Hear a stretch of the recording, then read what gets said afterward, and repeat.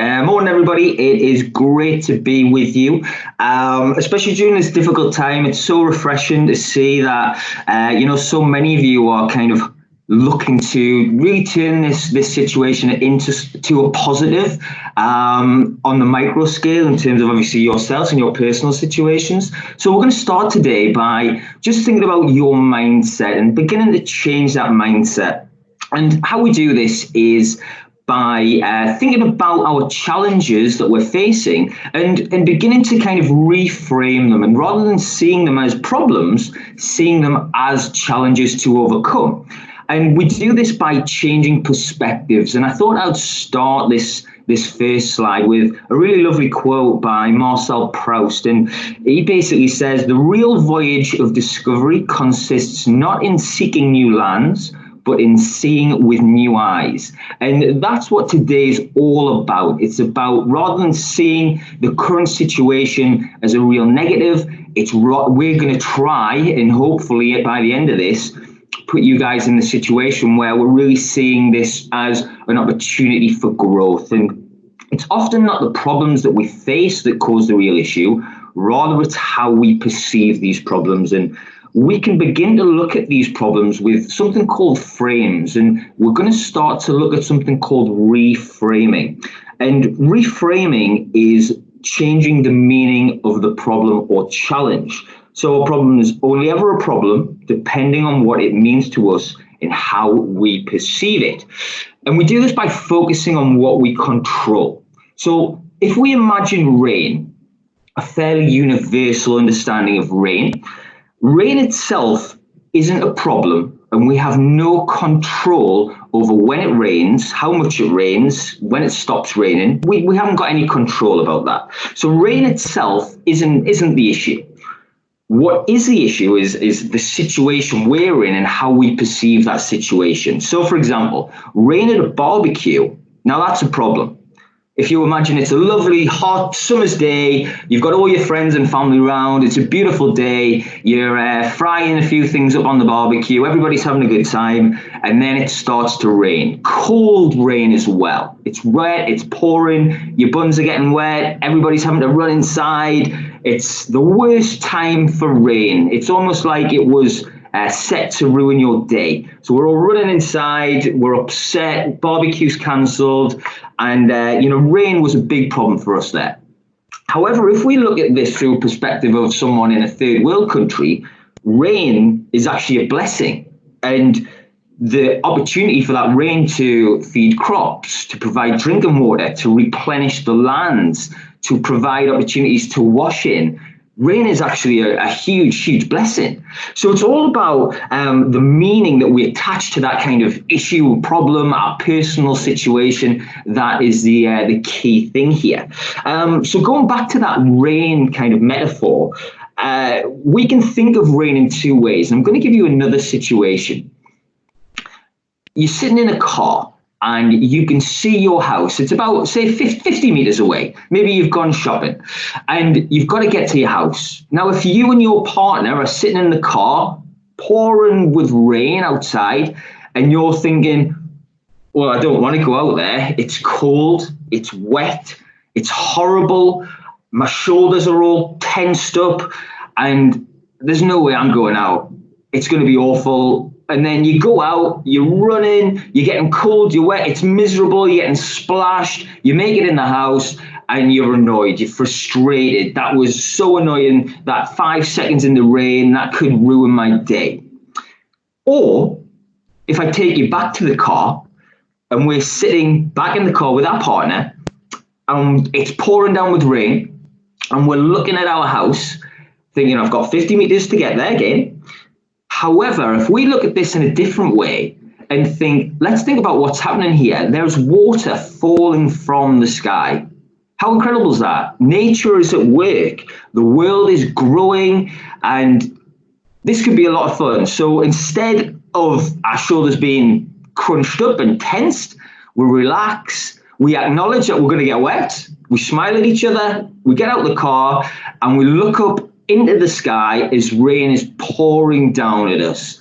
We start to laugh, we're joking, we can't believe that we're getting soaked, we're toddling through the house, because as soon as we get to the house, we can get changed. We get changed, we get dried off, and we think, wow, that was actually a different experience. It was a positive experience. We were part of something, part of nature there. It was a laugh. We enjoyed ourselves. Let's get washed. Let's get sorted out, and then we can carry on our day.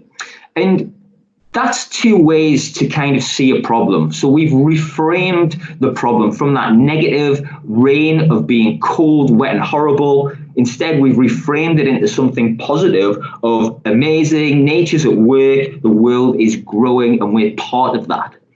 And if we think about the current situation in terms of COVID-19, we can't control it or the rules we have to follow. So let's apply reframing to that situation. We can think that we're stressed and anxious about being locked in the house all day, and potentially this is a waste of my time. I'm bored. I can't do all the things I want to do. Or we can reframe that problem and try and see the positives that or the opportunities that we have here. So yes, we're locked in, but now we have lots of time with our family potentially. There's an opportunity to learn a new skill, to watch the earth heal itself, in terms of there's a lack of cars on the road now and the air is being less polluted. So these are ways we can begin to kind of change our mindset and our view of the situation, of these challenges, and then you can start to overcome those challenges. So looking at these problems or challenges through different perspectives can really change your life, have a really positive effect on your life. So remember, a problem is only a problem if we perceive it as such. So let's accept things we can't change and control, and really focus on what you can. But before we do that, and before we start to take action and make those changes, we need to acknowledge how we're actually feeling, because we can't make a change unless we acknowledge our current situation. And in general, two of the biggest feelings during this time are stress and anxiety. And that's going to take us on to the next part of our presentation, all about how you're feeling. So the feeling of being stressed can be triggered by an event that makes you feel frustrated or nervous. And anxiety is a feeling of fear, worry, or unease. Isn't that right, Rob? Yes, so we all know stress and anxiety can cause things such as high blood pressure, depression, brain fog, panic disorders, and more. But today we don't want to focus on all sort of the negative sides of it. What we're going to focus on is trying to keep this positive and find ways to combat stress and anxiety with what's happening in the world right now, as it is more important than ever to keep our mindset and our bodies sort of healthy and strong. So what we want to start off with a little bit about, to know obviously people out there are going to have kids, sort of younger kids, older kids, and there's a lot of worry now with them being home, and how obviously now we're working from home that we can still give them their education and things. So I myself haven't got kids, but all my family are teachers, so ranging from head teachers at secondary school to primary school. So I've asked around and they've given a few little pointers that hopefully you guys can take away and use. So the first one is let kids be bored. You don't have to entertain them all the time, as boredom breeds creativity. Younger kids you could play games with. So there was one I've been told about the other day, which I thought was a great idea, and it was around the phonics cards. So they had the cards set out. As the kids sort of pronounced the right card, they then got to shoot the card down with their Nerf gun. So it's just making it a little bit more fun, but still educational. With older kids, so they might have coursework or getting ready for exams and things like that, you could get them to work when you work, so you kind of structure their day and structure your day at the same time. So you could be working, say, right, we're going to start from 9, you're working as well, and then you can have breaks with them and things as well to keep it, so you're just kind of mixing it up that little bit. And then last little pointer they teachers sort of said and gave us was look at school Facebook, Twitter pages, as there's lots being posted and shared at the moment, or the schools that they come from should be posting things up and giving you guys sort of ideas on how to cope with what's going on at the moment, and sort of maybe around their education as well, and ideas of what you can be doing with them on their education. At this part of the presentation, we're going to really just focus on you and how to deal with how you are in this situation. firstly, it's completely natural to feel different and to not really understand or really know why that difference is. Maybe there are negative feelings around you at the moment. It's a very strange time, probably a time that is completely new to you. There's a sudden change, and your purpose to get up in the morning has gone in a way. You're not necessarily going to the office anymore or going out to sites. Instead, you're waking up and kind of thinking in bed, okay, do I need to get up now? Maybe I could just lie in a bit, or could I wake from bed today? And that sudden change and loss of purpose, there is an absolute natural feeling of those negative feelings, and we're gonna provide a couple of practical ways to address these things, so we can take charge of our lives again, and really turn these into positive, powerful emotions. So I mentioned the loss of purpose on your day, and something that's attached to that is lost structure. Our daily framework, which we build our life around, has gone. You build your life around that job that has a start time, it has a lunch time, it has an end time, and everything else fits around that. And when suddenly that relaxes, it obviously provides a feeling of almost lostness, and we've got to address that. So there's a couple of things that we can consider to structure our day. We need to replicate some of the good things you were doing before the lockdown. And what I mean by that is all of those things were working for you. And just because now you don't have to leave the house, or shouldn't leave the house, depending on what you're doing, we can steal a few of those things and actually apply them here. And we're just going to run through what a couple of those ideas could look like. It's very personal to you. So after this session, there's definitely an opportunity to reflect on your kind of new perfect day. And, that's what we're in for you. So we'll start at the beginning, your wake up time. So let's take an example that you start work at 9 a.m. There is the temptation to sleep in till 8:55, pop your laptop on, and then you're at work. Now that's going to lead to a few negative feelings, things around feeling as if our purpose is gone, so we haven't got a reason to get up, as I've mentioned. And we can rewind this back to adding a great morning routine in. So think about when you did get up for work. What time was that? Maybe it was between kind of the 5 a.m. till the 7 a.m. slot, somewhere in there, I'd assume. Stick with that time slot. Put an alarm on, get up, and start your day with that purpose. We then can begin to look at our morning routine. What does that include? Is there exercise in there? Is there a healthy breakfast? Do you wash? Do you shower? Do you get dressed? Because a couple of people who we've kind of spoke to about similar situations have got into the habit of kind of wearing pajamas all day, forgetting to shower, forgetting to brush their teeth, because they don't have that set routine. And that is perfectly understandable, but it's important that we get back to our perfect kind of structure as quick as possible. And that's going to really allow us to develop those positive feelings and give us that purpose and structure that we can build our new life around, for the next couple of months. There's a couple of other things we're going to look at here. So is there a start work time that you can go and have? So if you don't have anybody looking over your shoulder, still go with your 8 o'clock start or your 9 o'clock start, depending on where you are. And it's all about that self-discipline and really beginning to plan out your day. Perhaps you chunk your morning from, let's say, 9 a.m. till 12:30. That is a work chunk. The second chunk is 1:30 p.m. till 5. There's 2 chunks of your day. So we're beginning to have a bit of a framework here.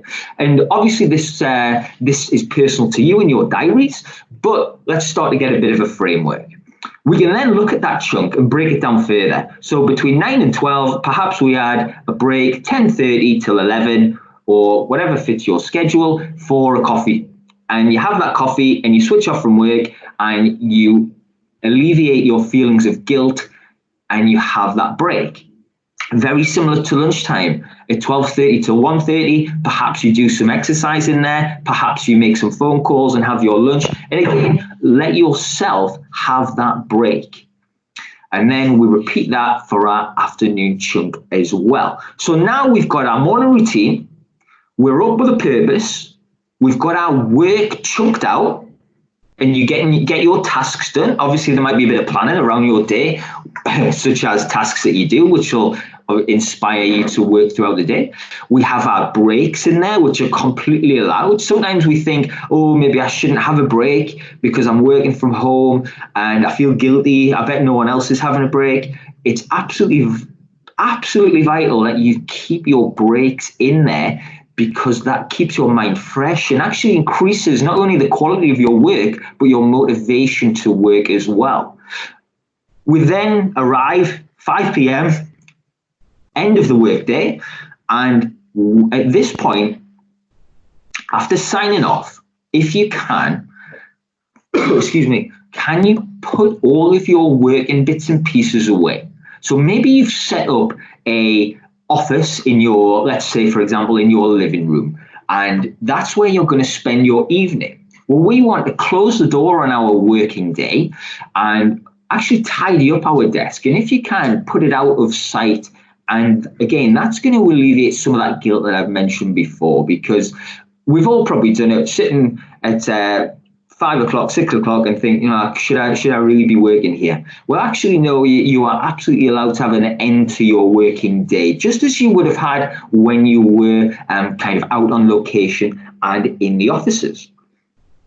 And the next part of that day, we're going to think about kind of that connecting. So it's really important, especially during this isolated phase, that we continue to connect with people.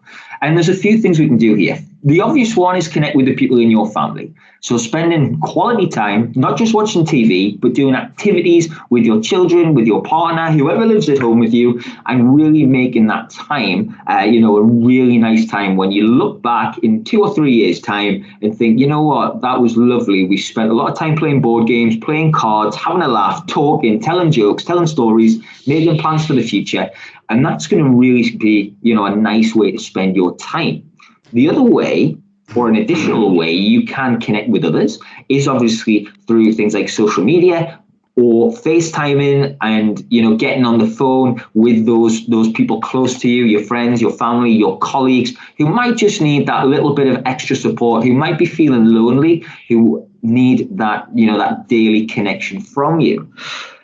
We're then moving through, the rest of the evening. And at this point, it's key to talk about our nutrition. So things that are quite easy to reach for are that junk food, that meal, that microwave meal, oven meal, things like that.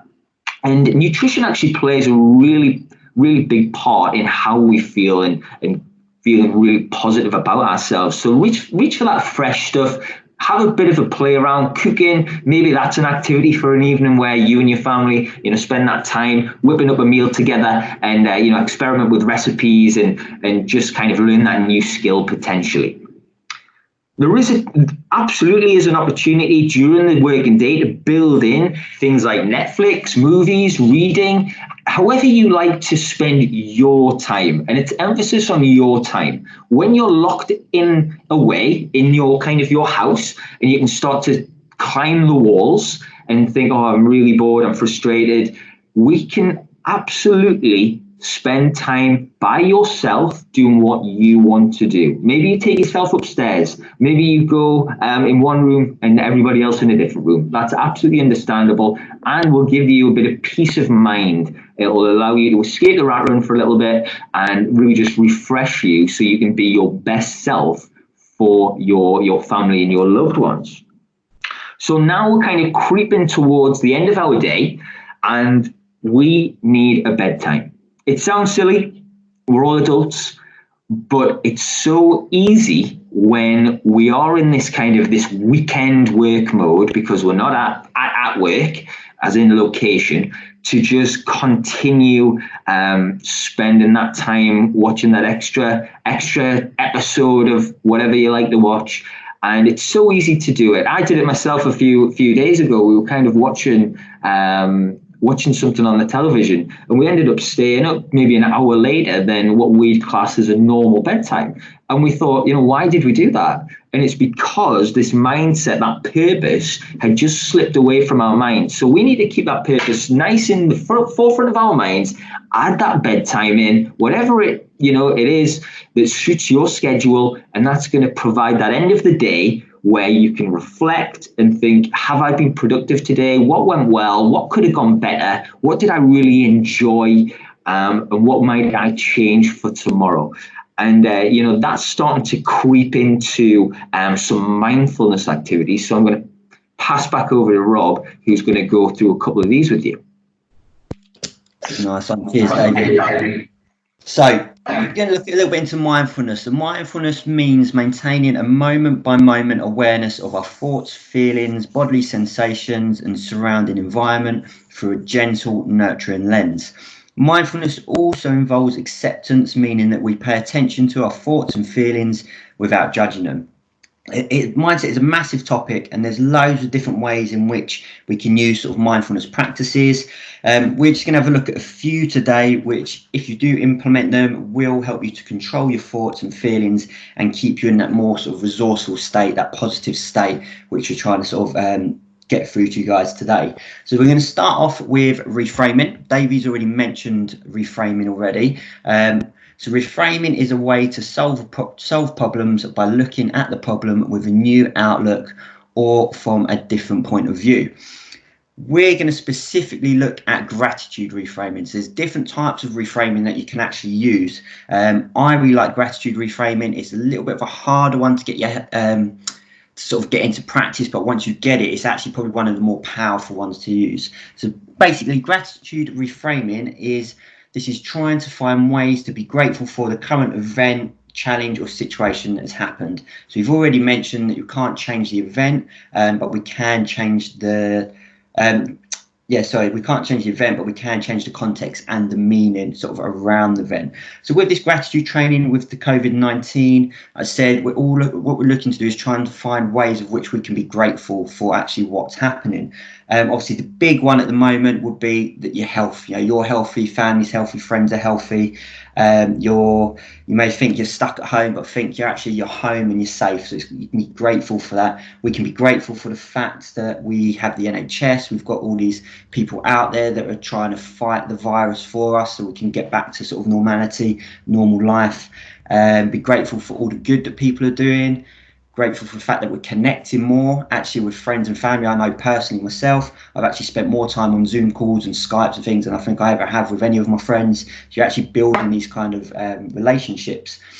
Also, you can be grateful for, I know we're stuck at home, we're trying to have to learn to work from home, but be grateful for that kind of learning experience, because it's something new that then you can add on to your skill set, basically. So gratitude is all around, it's a personal thing. So the idea is you try and find what's personal to you with your gratitude. Another nice way of using sort of this kind of gratitude training is, I like using a gratitude jar. So you actually write down one thing a day to be grateful for, put that into the jar. By the end of the year or the beginning of the new year, you can open them up and you've got all these things to start the new year with what you felt grateful for over the year. Or if you're just having one of those days where you're just feeling a little bit down, which we're allowed to do, we mentioned earlier with mindfulness that it's not judging yourself with these feelings, but you can open up the jar, pull out one of these little cards or envelopes and read it back, and you've already got something there to be grateful for. So just help you kind of lift that mood, boost that mood back up. You can also, so I like using with the jar, you can use, so especially at the moment with what's going on, we all want to sort of get out and do things and see things. So actually write down the things that you want to do after all this has happened. And it's a nice way of kind of just boosting that energy, boosting that positivity to keep going. So from gratitude, we're going to look into sort of journaling. So journaling, some of you might do it, some of you might not. Again, it's a great way of working on your thoughts and feelings, but journaling can help you control your thoughts, increase productivity, gain clarity, help manage stress, manage health goals, manage daily tasks, and much, much more. two sort of main types people like to use journaling. The main one is sort of peak performance. So as Davey mentioned earlier, it's a great way of structuring your day. So you get that journal, you can write down sort of how your day needs to plan out, and then in the evening you can score it on how it went. So it'll just help kind of structure what's going on at the moment, and keep you on top of your work and things. So you can ask yourself such questions as one thing you can get excited about today. If one word could describe the kind of person you want to be today, it is and why.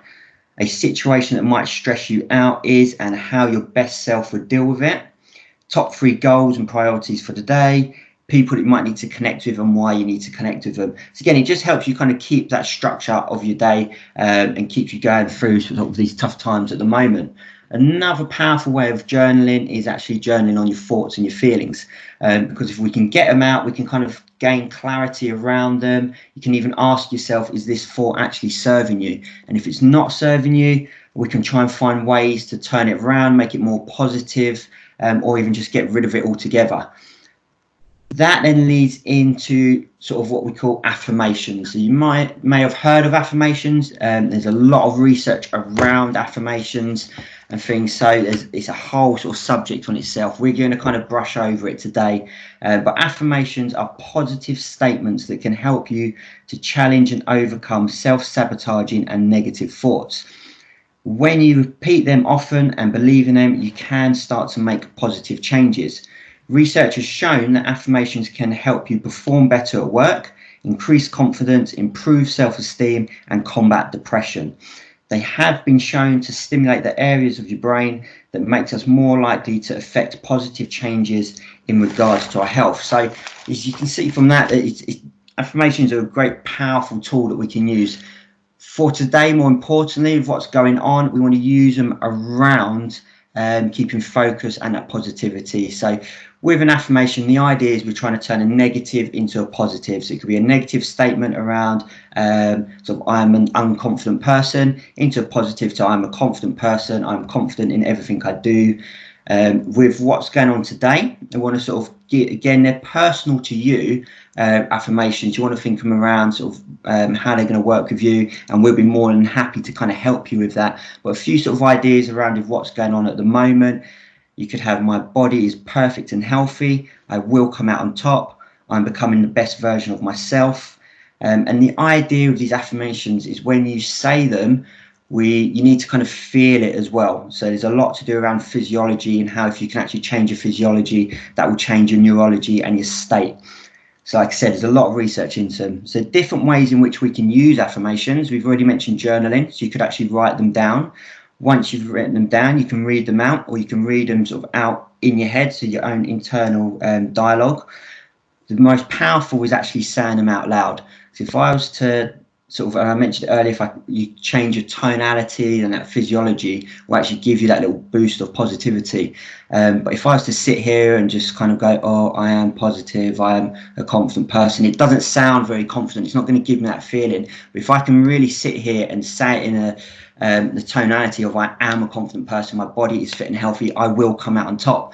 You'll be able to feel that you sort of change in, you get more excited, you get more confidence around what's going on, and it's going to give you that little boost sometimes that we need to keep pushing on. Like I said, there's a lot of research into this, and I recommend going and following Dr. Joe Dispenza. He's got loads of books out all around the actual research around this. Like I said, they physically can see what's happening inside the body from positivity and negative energies and so on. So it's really, really interesting. But like I said, it's a massive topic, but we spend that on another day. So next thing we'd like to talk about is meditation. A lot of people, obviously, meditation again is a big subject. There's loads of different ways you can meditate and things like that. We're not going to spend too long on this subject because from what I know of you guys, you're quite busy people, we've got busy lives, there's a lot going on at the moment, but we're actually going to perform a breathing exercise later, which is actually classed as a meditation drill as well, and it only lasts around 5 minutes, so you can still get the benefits of sort of proper meditation from just a short, simple drill. So meditation can help you reduce stress, control anxiety, promotes emotional health, enhances self-awareness and lengthens attention span, and again, so much more. So there's a lot that we can gain from this, and it's the same as exercise and with the affirmations and everything. The more you practice these things, the actual more you'll get out of them. It's the same with exercise. The more you train, the stronger you'll get, the fitter you'll get, and the healthier you'll get, and so on. So if there's one thing I could say to you guys to take away today, is obviously we want to be positive and we're trying to find ways to keep positive, but that would be to focus on what you can control, not on what you can't control. And your mindset is key to this, and that will lead into sort of Davey's going to take you through around these things that you can and can't control. Thanks, Rob. So what you can and can't control is such a big part of what we're kind of emphasizing today. And, really focusing your energy on what you can control is so important. And there's a great little quote by Tony Robbins: where focus goes, energy flows. And that is so vital. So if we think about all of those negative things that we've talked about, we're going to feel negative. But if we focus on those things that are really positive, we're going to feel positive. So if you think about what happens when you're always picking out flaws or paying attention to the negative aspects of life, we're committing ourselves to staying in a dark headspace, leading to more negative feelings and emotions. So focusing on what we can control and focusing on things like gratitude, positivity, rather than those negative thoughts, that's going to lead to more things you can be grateful for. And that links really nicely back into that mindfulness that Rob mentioned. So let's have a look at some of these examples here. So what can't we control? The one I really like is actions of others. So much frustration is when you see someone acting a certain way and it doesn't agree with your values and beliefs, and that leads to that anger, that frustration of, I would never act like that. I'm so angry that that person is acting like that. And instead of focusing on how they're acting, just focus on how you're acting. And you're acting in a really positive way. You're really contributing to society. You're following rules absolutely to the T. You're doing your absolute best to continue it with your positive mindset. And that's going to lead you down that path of, well, these are the things that I can control. And that's going to lead into those positive feelings. The second one I really like is predicting what will happen.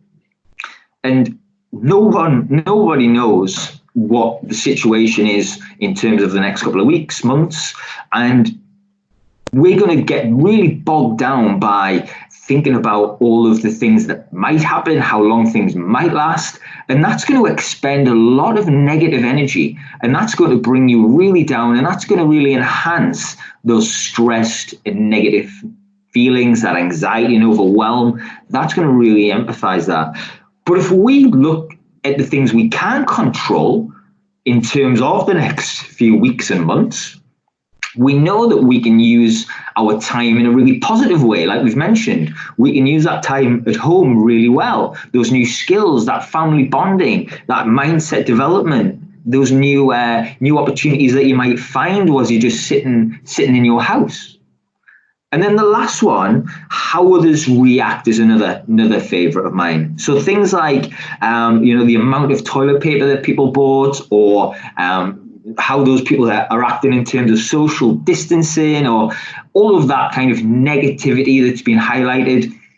If we consider this in a different way and focus on our role, our kindness and grace, that positive energy, and really apply our positive feelings here, and really focus on those things we can control, we are going to provide so much to society, even from our own homes, whether it's just a little comment on social media, whether it's just a little act of kindness to your neighbor who can't get out and go shopping. Those things are going to lead us down this really nice path of positivity. So Rob, back to you, mate.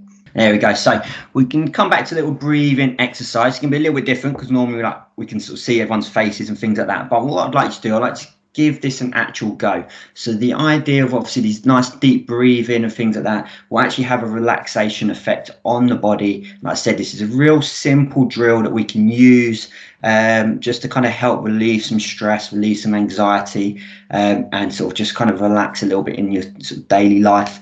And then you can crack on with what you're doing again. So I said I can't see you all, but hopefully you'll join in and give it a go. So all I want you to do from here, guys, is just make yourself nice and comfy and relax, and just close your eyes for a second. I'm just going to keep your eyes closed from here. I just want you to really focus on some deep breathing. So really expanding the chest, filling the belly up of air. And it's a nice deep breath in of a count to sort of 3 seconds. So 3, 2, 1, and breathing out. 3, 2, 1. And that's all I want you to focus on just for a minute. That nice deep breathing in and out for 3 seconds in, and then 3 seconds back out. So just focus on that breathing and start to kind of just tune everything else out. And then from there, you're just going to become aware of your body. So we're just going to awareness of the bottoms of your feet. And we're just moving from the feet up to the top of the feet into the ankles. Then awareness up into the calves to the knees. Up to the thighs. Just focus on that deep breathing still. Up into the pelvis area.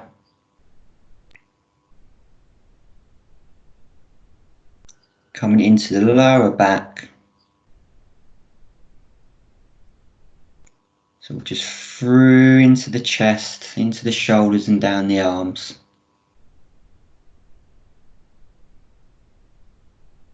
Coming up into the head, and then notice which parts feel of ease. Notice if there's any discomfort anywhere. And then we're not trying to change anything, just becoming aware of the physical body. So notice all the connections through your body.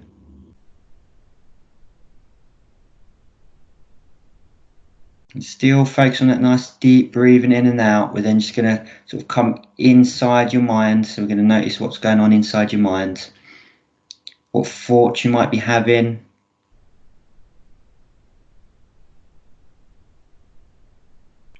Looking at any mental pictures if you've got any going on.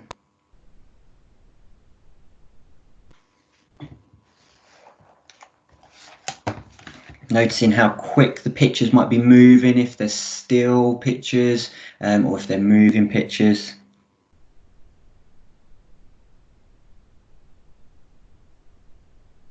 From here, if your mind just starts to wander, just be aware where it's going. Let it wander for a while. And then focus back on that breathing again to just kind of bring you back to the here and now.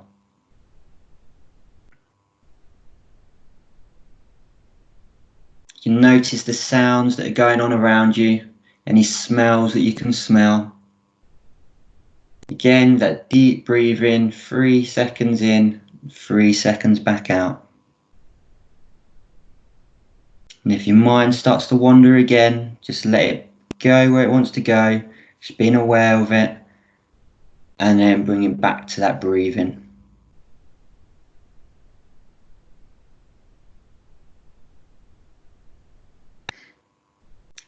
And then all you do from here is when you feel ready, I want you to just open your eyes, nice deep breath in and out, and just feel the shoulders kind of relax and take a moment to just come back to the here and now.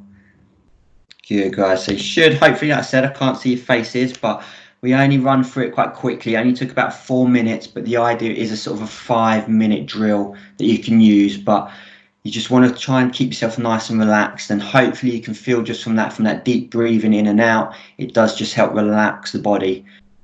So yeah, guys, so we're sort of going to look into an anxiety drill. So it's similar to the meditation one. The idea is it's to relax the body and things, and this is actually a drill that the psychologists and counsellors will use and coaches will use with clients that do suffer from anxiety. The idea, I mentioned it earlier, is by changing our physiology, we actually physically change the neurology. So same as if any of you out there that exercise, work out and things, once you exercise things, you kind of get into this power state, you feel good, you feel great. And that's just because by moving around, it can change our neurology and our state. So similar with this exercise, we actually, when we're at our most relaxed, we use our peripheral vision rather than our tunnel vision, which is when we're kind of in that fight, flight or freeze mode. So the idea from here is we're going to get ourselves into this peripheral vision and it will have a kind of a calming, relaxing effect. I'm just going to run through this one quite quickly because I know time is running away, but I'm happy to jump on another call with people and go over it, but it only takes a few minutes. So all I want you to do, guys, is just sit up nice and tall. You're going to have your eye line facing forwards. I just want you to notice just something in front of you that's just slightly above that eye line. From here, so we're focusing on that little spot. I just want you to notice what sort of going into your peripheral vision, just sort of around 30 centimeters away from that dot, but you can still see that position in front of you. And we're just looking out towards the side into that peripheral vision. And then from here, as you sort of just relax in, you then try and just look a little bit further into your peripheral vision and then as far around as you can take it. And like I said, normally you can spend a good couple of minutes on this. It will actually help you sort of increase the strength of your peripheral vision. But the physical activity of doing it and forcing yourself to go into your peripheral vision can help sort of relax you and get rid of some of that anxiety that is happening. Like I said, we've only kind of gone through it really quickly, but give it a go. If you're ever feeling a little bit anxious, spend a bit more time with it. And like I said, I'm happy to jump on calls with people and actually run you through this if need be, because also, like I said, I know time is running away from us. So I shall pass you back to Davey. Thanks, Rob.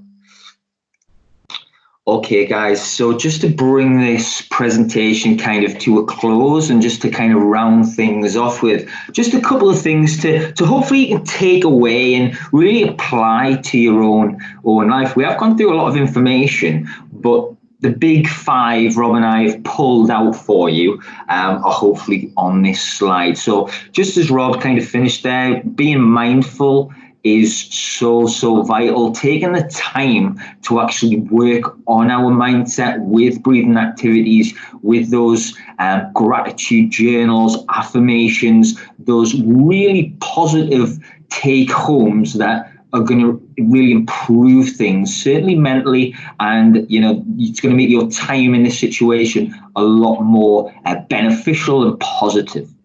The second one is that structure of your day, that purpose to get up, to have that daily outline ready, so you're not only being productive, but at the end of your day, you're not feeling guilty, you're not feeling stressed and anxious about work that's lingering over you. You know that you have ticked off all of the boxes you need to, and you arrive at that evening ready to relax, ready to spend that time with family, and ready to have that bedtime as well, so you have that end day. The third one, connect with family and friends. Similar to Rob, I've never spoke to my family so much in terms of Skyping, FaceTime, all great ways to stay connected and really enjoy this opportunity to spend time with those in your own household. So make that time to play games, to plan little activities, scavenger hunts in the house, making dens, all those fun things that normally we don't have time for, or maybe are a weekend activity. You really start to engage those things in your daily days and weeks, apologies.